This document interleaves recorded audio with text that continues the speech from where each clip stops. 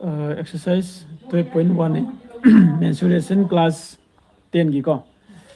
diameter of its wheel ko diameter of its wheel vehicle is 42 centimeter ko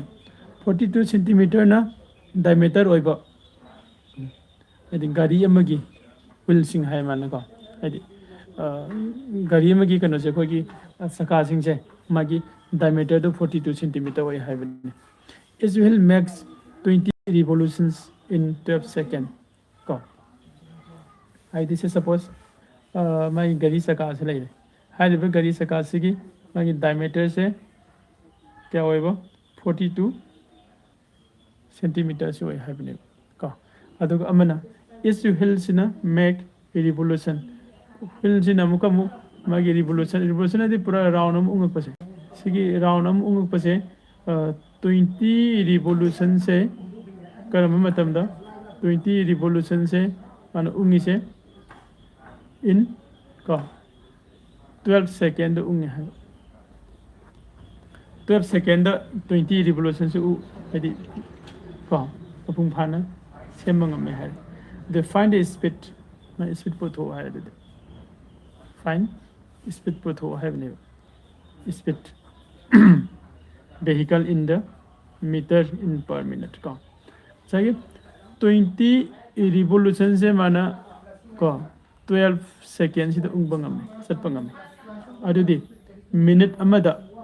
है metre क्या सत्पंगम के distance पुथो है कम find the speed come speed भाई speed पुथो है करी speed नो पुथो तो से minute अमदा है मीटर क्या सत्पंगम के है कम मीटर से पर मिनट से पुथो यानी का अरे कोई क्वेश्चन से कितन ज्ञान तारे क्वेश्चन से मुक तंग हंसरा ये मा क्वेश्चन से दाहे रमी से गरी मगी सका सिंह से लोई नमक का सका मरी मग से 42 सेंटीमीटर ना डायमीटर ओइबा सका गांतनी हाई रिबा सका सिंह से कोई सेकेंड अमदा माने थोड़ी बे स्पीड से सेकेंड अमदा सेकेंड तरागनी थोइदा 20 रिवोल्यूशन उंग चले है को अदोइदी मु हाइरि से मागी स्पीड पुथो हारे मीटर पर मिनट को कम जांग थोबा द स्पीड तो पुथो हाइबने ये खुद जेंगा से को स्पीड तो फर्स्ट कोई द दका ओरि से मागी distance करी revolution नमदा ठीक 20 revolution नमदा मागी distance तो क्या हम सब के हारे गदी का revolution नम सिगे सर्कल से ना मुक्त उंग बसे सिसिदा मागी distance क्या हम सब के आजे सिगे सर्कल से की अकोई बगी असांग बसे ओइरोदा ओइगनी अकोई बगी असांग बसे देखो कइनो circumference ने अदे हम बदा कोई circumference खंगो मथौ ताई करी की revolution अमदा मागी distance तो क्या हम सब के हन खंगे हारे गदी है का दोइता दी the distance is recovered in one revolution का the distance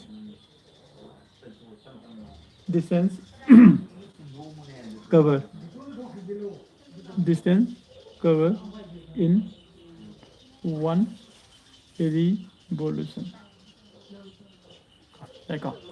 distance cover in one revolution revolution अमदा मैं distance क्या हम सब के हारे गदी revolution अम है बदिंग से सर्कल दो की अकोई बे असांग बदरनी सर्कल की अकोई बे असांग बदरदी circumference ने अददी circumference पुथोपगी फॉर्मूला दी को कना radius पिरमगना 2 pi r ने अदुगा diameter पिरमगदी pi d तारे का pi d अददी equal to pi की वैल्यू दी 22/7 into d की वैल्यू दी 42 सेंटीमीटर 40 सेंटीमीटर का ये 7 ना 42 का दी 6 तारनी का अदुदी 6 का 22 का मल्टीप्लाई तोड़ी 6 to the 12 6 to the 12 13 centimetre high बदी गाड़ी की सकासिन अमुक्तंग उंगबदा माने चतपंगंबगी डिस्टेंस तो को माने सकासिन सी सकासिन उंगगा थरक मत सी डिस्टेंस से 30 सेंटीमीटर चले है बनी अदुदी 20 रिवोल्यूशन दे क्या तारम को distance covered in 20 revolution as using then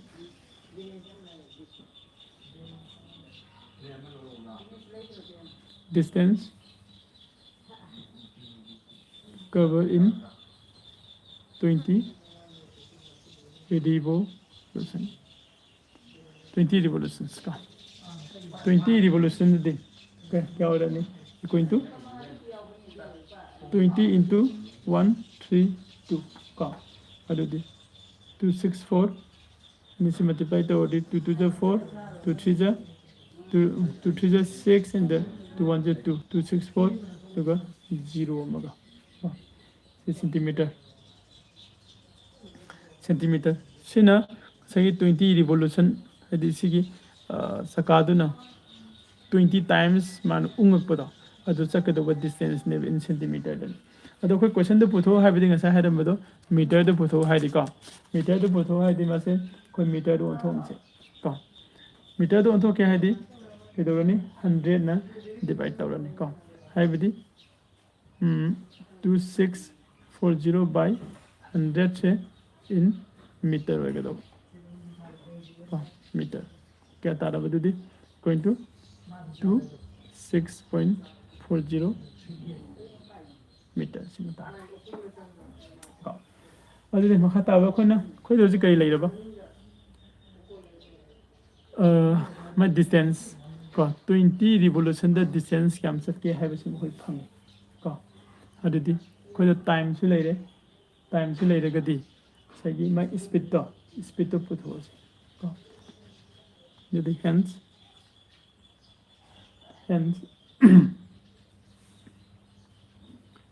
the required speed of the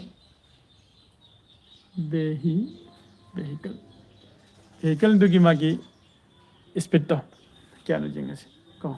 hence the required speed of the vehicle distance by time hai bani distance से कोई मीटर de पी रहे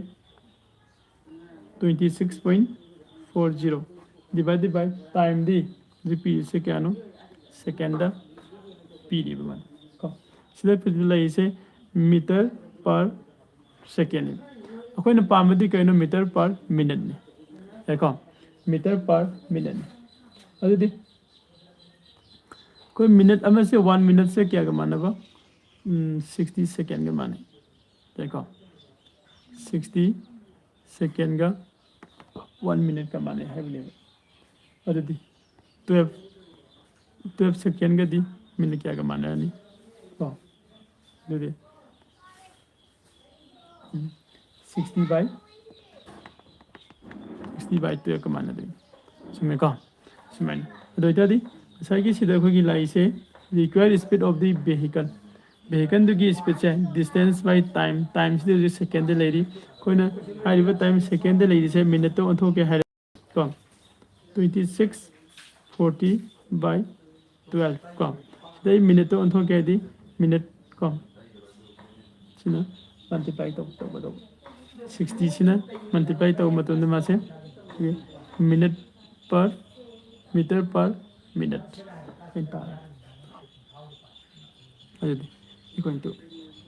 12 से 60 तक कर दी 12 5 जा 12 5 जा आता है 60 अरे दी 5 ने से मल्टीप्लाई तो से 5 4 जा 5 0 is 0 5 4 जा 20 2 carry तो रहे 5 6 is 30 32 दोगो 3 carry तो रहे 5 2 10 1 32 को डेसिमल प्लेस लो जो तारा निकाल अरे मीटर पर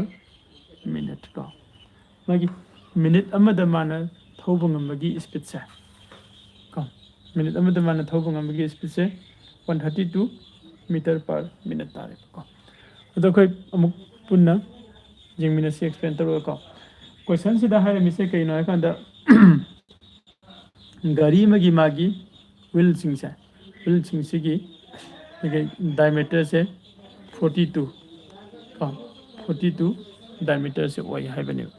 42 डायमीटर ओरिबा गाड़ी से चका से सिसिना सेकेंड तरागा निथोइदा 20 रिवोल्यूशन है सेकेंड 23 मनसे माना चका से उंग ngam चांग से 20 टाइम्स उंग ngam है को 20 टाइम्स उंगगदी अदुदी सेकेंड अमददी हाइदी रिवोल्यूशन अमददी को मागी सेंटीमीटर क्या सांग सत्के हाइबदने बकोने डिस्टेंस ने पुथोक्तुइसे अदुदी सर्कल नमा सर्कल नमा लेरे हाइरिबा सर्कल सिगी अकोइबगी असांगबसे सिना मागी डिस्टेंस ओइदुइ कइगिनो सिगी अकोइबसिना उंगगा थोरक मतमदा सोम थोरे खलसी सिदगी होरगा सिबो उंग पाइजे सिगी असांग चलक्तुइने को सि असांग से कनागा माननी सर्कल से सेमीबा सर्कमफरेंस तो अदुगी मागी असांगबदुगा मानदुइने को अदुदि सर्कमफरेंस पुथोकम संगे करिगिनो रिवोल्यूशन अमदा सकादुगी रिवोल्यूशन अमदा क्या सांग चटप ngam है कोई मागी distance cover in the one revolution से पुथोने सर्कमफरेंस की फॉर्मूला से पाई आर को रेडियस ओरगना 2 पाई आर ने डायमीटर ओरगना पाई डी नि को अदि पाई की 22/7 लेरे डी की 42 लेरे को 7 सिना 42 द डिवाइड ऑफ 6 फंगे दुगा 132 सेंटीमीटर से मागी डिस्टेंस को रिवोल्यूशन अमदा सकादुना कवर तौब ngamba डिस्टेंस ने पुथोए अदैदि अखोइना को सगी कोन सुं पुथोसिबा डिस्टेंस कवर कोई रिवोल्यूशन अमदा माना डिस्टेंस 132 तौरगदी 20 रिवोल्यूशन दि क्या ngambani 20 into 32 अदुगा सितारे सेंटीमीटर द अखोइना पामिसिदि कइदा पामे मीटर द पामे मीटर द पाम्बनीना 2640/100 से मीटर द पुथो कांदा 26.40 मीटर से फंगे है को दुदे ngase पुथो हाइबा स्पीड ऑफ द वेहिकल की स्पीड तो मीटर पर सेकंड द पुथो हाइबने हजि अखो गिसिदा 26.40/2 को डिस्टेंस बाय टाइम डिस्टेंस न मीटर ने टाइम न सेकंड अदुदि क्वेश्चन द पुथो हाइदि मीटर बाय मिनट हाइबने सेकंड द पुथो पिनो मिनट्स द पुथो हाइ को अदुदि पीरिबा टाइम से कोई मिनट तो अथोके हाइदि इनटू 16 इनटू तौरने को अदुगा तारे अदुदि 12 ने 60 द कथलगा क्या फंगे 5 फंगे 5 का कनो सिना 5 सिना 26.40 सिदा मल्टीप्लाई तौरदि 132 सिता का then the required speed of the vehicle da 132.00 minute per meter per minute चलता है तो क्वेश्चन नंबर 6 से लोइसिले मथंग द कोई क्वेश्चन नंबर 7 से अमुक जेंगमिनसि